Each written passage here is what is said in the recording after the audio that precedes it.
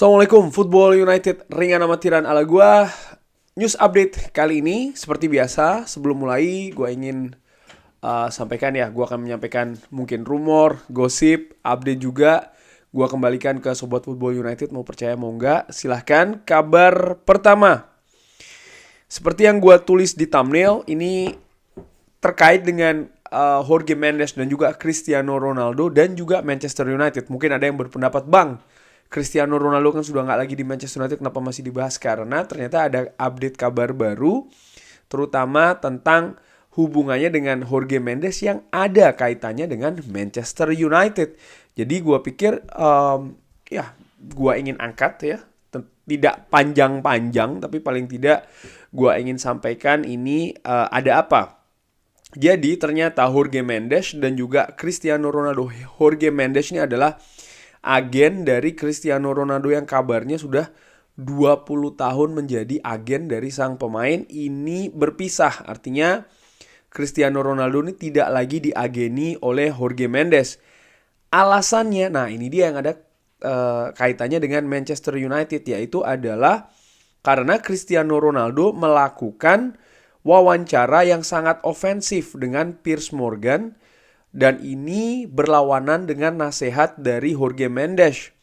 Dan ya seperti kita ketahui di wawancara tersebut, sang pemain ini menyerang Manchester United, menyerang pelatih, menyerang bahkan chef dari klub pun juga diserang. Jorge Mendes ini dikabarkan mengambil atau selama berbulan-bulan ya mencari elite team untuk yang bisa menerima Cristiano Ronaldo, tapi ternyata hanya ada satu elite team, yaitu adalah Manchester United. Dan setelah pintu ini ditutup, maka tidak ada pintu lain yang terbuka. Di Old Trafford ya, setelah kepergian dari Ole Gunnar Solskjaer dan juga kedatangan Ralf Rangnick, ini tentu saja mempercepat shock untuk Cristiano Ronaldo, artinya menerima realita kalau ternyata kondisi klub ini tidak stabil ya, karena tentu saja ada pergantian manajer itu tadi. Tapi komplain-komplain yang ada itu lebih banyak dari Manchester United kepada Jorge Mendes.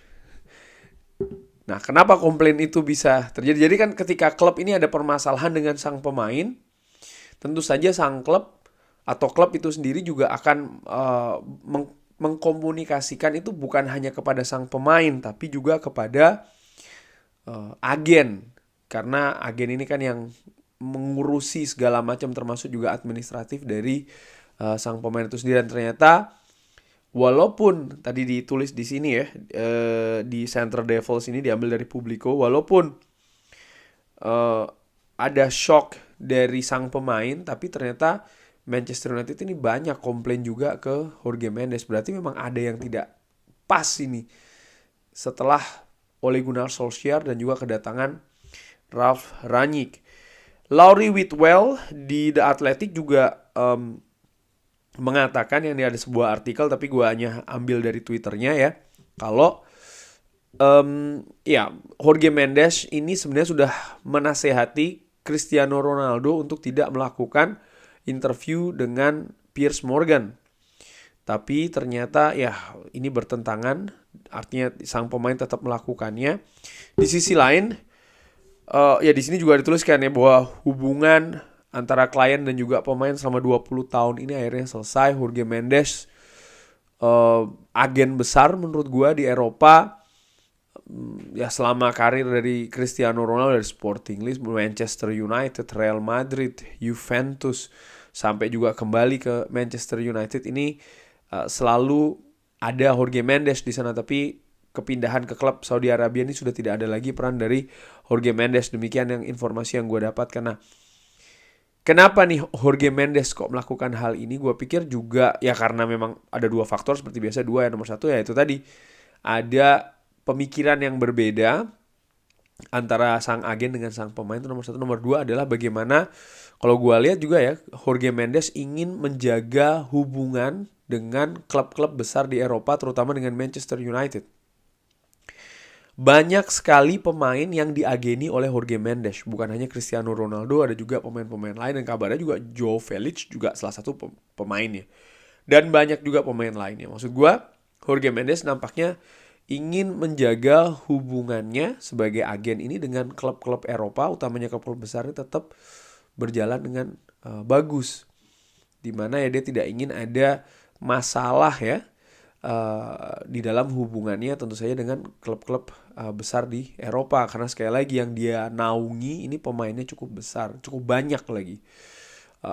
Gua pikir ada dua alasan itu sih, dan sekali lagi menurut gua ini kabar yang sangat menarik karena sekali lagi ada informasi yang berkaitan juga dengan Manchester United. Buat gua ini juga informasi yang baru, dan dari situ gua menjadi tahu ya, oke, ada informasi baru ini ternyata ada kejadian lain juga nih yang berhubungan dengan Manchester United, kaitannya dengan Cristiano Ronaldo yang tidak lagi di Manchester United. Ada apa sebenarnya terjadi di sana? Dan sudah jelas bahwa bahkan sang agen ini menasihati untuk sebenarnya bagi Cristiano Ronaldo sendiri supaya stay paling tidak di Manchester United sampai dengan kontraknya selesai musim panas tahun ini. Tapi ternyata ya pemikiran ya antara keduanya ini tidak sama. Kurang lebih demikian. Itu saja, nggak usah panjang-panjang. Semoga juga informasi yang gue terima ini juga ingin gue share ke Sobat Football United ya kan. Tidak ada tendensi apa-apa, hanya pure menyampaikan. Dan ini ada hubungannya tentu saja dengan Manchester United walaupun sudah lampau ya. Lampau juga nggak terlalu lama juga kan, baru beberapa bulan, 2 bulan yang lalu kurang lebih. Oke, langsung kita ke kabar selanjutnya. Manchester United dikabarkan mendorong ini untuk mendatangkan striker Bayern Munchen asal Kamerun Erik Choupo-Moting. Dikabarkan oleh Sky Sport DE, Sky Sport Jerman. Manchester United ingin memberikan Erik ten Hag ini senjata di depan ya. Ya untuk bisa mendapatkan hasil yang lebih bagus di musim ini. Choupo-Moting, Erik Maxim Choupo-Moting ini juga salah satu pemain yang gue amatin, bahkan gue bikin video juga kan, gue rekomendasikan di sana salah satunya pemain berpengalaman, penampilannya bersama Bayern Munchen di beberapa pertandingan terakhir menurut gue cukup bagus. Dia juga punya pengalaman internasional, artinya memperkuat Kamerun di Piala Dunia Qatar, bahkan mencetak 1 gol. Pernah memperkuat PSG, pernah juga bermain di Liga Inggris bersama Stoke City.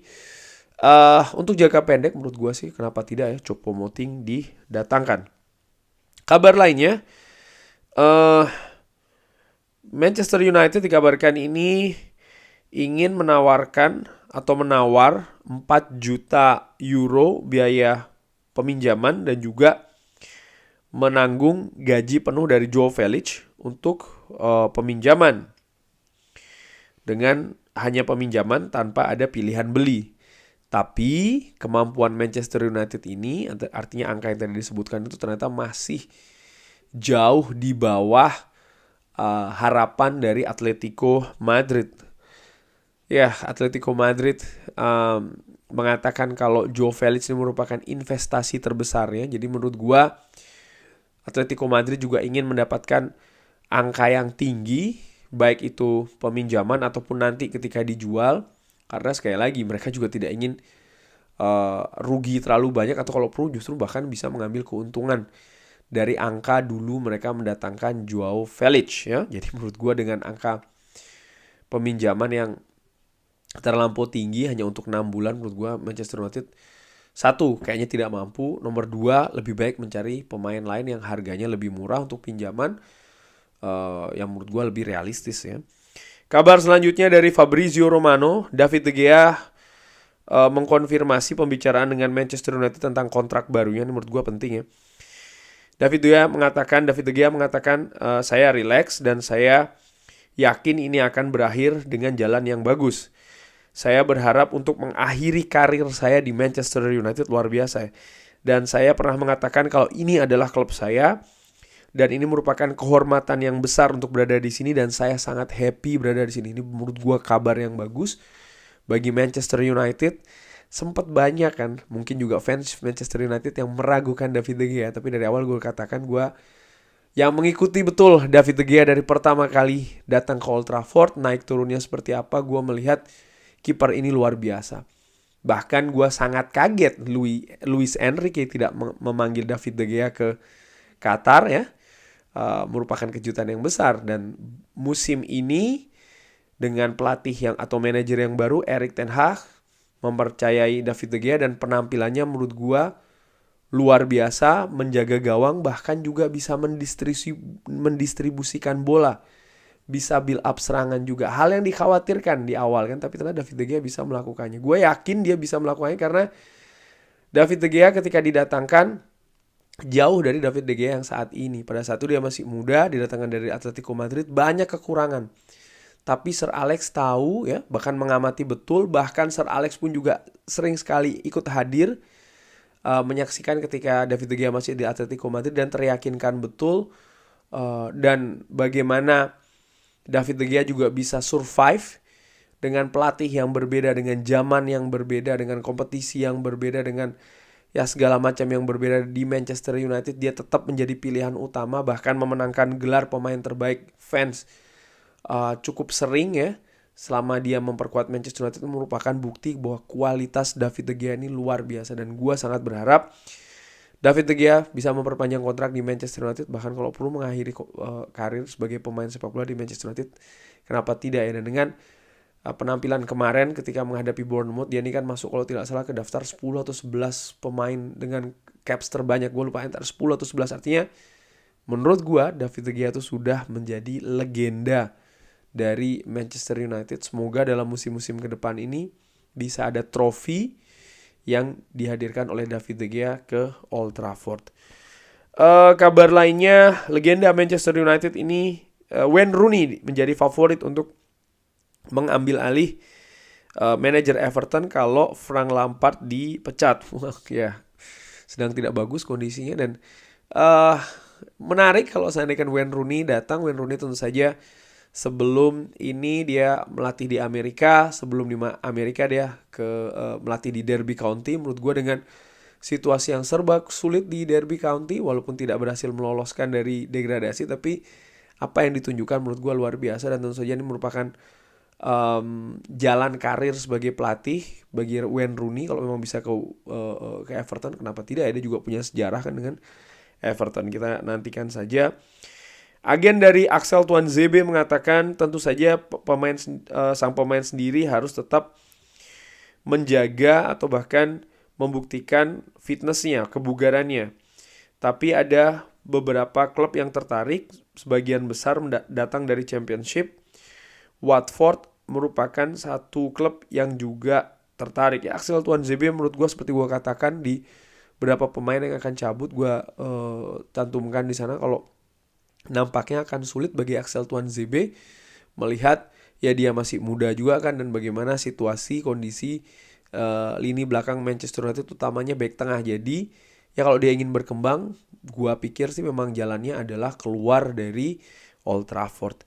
Kabar lainnya, Manchester United ini sedang berdiskusi untuk mendapatkan Jack Butland dari Crystal Palace setelah Martin Dubravka ini kembali lagi ke Newcastle. Ternyata Manchester United ingin mendapatkan satu kiper senior lagi sebagai backup David De Gea dan juga sebagai ya penjaga kedalaman skuad, utamanya posisi penjaga gawang, karena otomatis hanya ada 2 kiper senior sekarang, yaitu adalah David De Gea dan juga Tom Heaton. Ternyata Erik ten Hag ingin ada 3 kiper senior, sehingga Jack Butland ini sekarang sedang dinegosiasikan. Dan bahkan ada kabar yang cukup kencang, bisa jadi Jack Butland inilah menjadi pemain pertama yang datang ke Carrington, ke Old Trafford, ke Manchester United di musim dingin ini dengan status pinjaman. Manchester United ya sedang berbicara dengan Crystal Palace mengenai Jack Butland ini. Crystal Palace juga tertarik untuk mendatangkan Aaron Wan-Bissaka. Apakah Aaron Wan-Bissaka akan dijadikan juga sebagai bahan negosiasi? Itu sangat mungkin. Wolverhampton Wanderers juga dikabarkan meminati Aaron Wan-Bissaka. Wah, ini cukup seru. Aaron Wan-Bissaka, Diogo Dalot, Aaron Wan-Bissaka, 4 pertandingan terakhirnya bersama dengan Manchester United selalu tampil sebagai pemain yang tampil dari awal starting 11 ya, menghiasi starting line up. Mungkin akan gue bikin konten mengenai dua pemain ini antara Diogo Dalot dan juga Aaron Wan-Bissaka. Tapi yang jelas ini kabar bagus, Manchester United akan mendatangkan kiper senior lagi ya. Dan kabar terakhir, ada gosip ini menurut gue kalau Newcastle tertarik Scott McTominay, tapi Manchester United ini dengan jelas mengatakan kalau akan mempertahankan sang pemain. Nah, Scott McTominay sendiri ini bukan kabar yang pertama ya dikaitkan dengan Newcastle United, dan gue pikir lini tengah Manchester United kedalamannya sudah bagus sampai paling tidak untuk musim ini.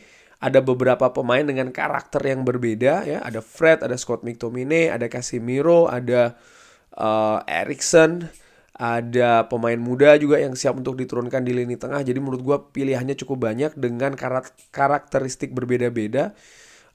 Ya, menurut gue sih ini sekali lagi hanya rumor saja, dan gue harapkan Scott McTominay juga bisa bertahan lah dengan waktu yang mungkin agak lebih lama di Old Trafford. Karena walaupun belum konsisten, tapi gue melihat ada peningkatan permainan, utamanya di lini tengah dari seorang Scott McTominay. Kurang lebih demikian. Terima kasih sudah menyaksikan. Kalau ada komen, ada tanggapan, bisa drop seperti biasa. Sehat-sehat selalu. Oh ya, bagi Sobat Football United yang ingin lihat vlog gue nonton langsung di Old Trafford, bisa langsung ke videonya. Sekali lagi terima kasih sudah menyaksikan. Jangan lupa like, subscribe. Wassalamualaikum warahmatullahi wabarakatuh.